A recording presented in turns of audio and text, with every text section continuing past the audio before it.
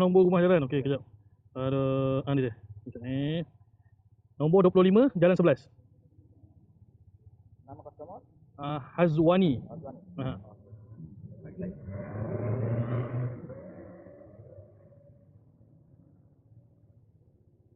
Okey.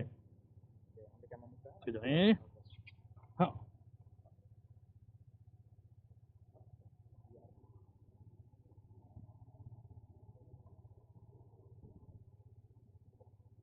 Okey, thank you.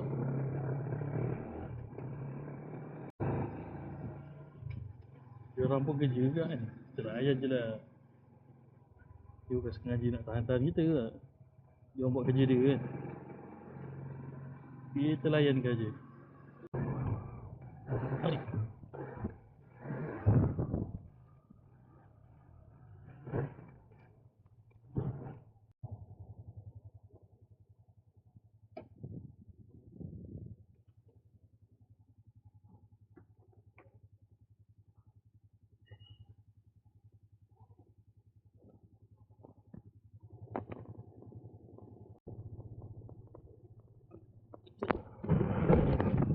Beres.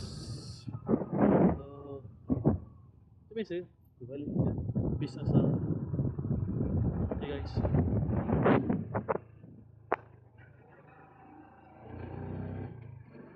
Terus refresh.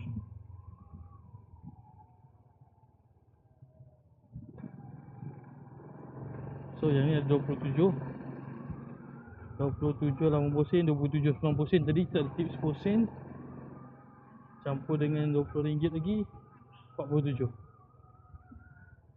Tadi dapat RM20. Dia ambil barang VIP tadi tu.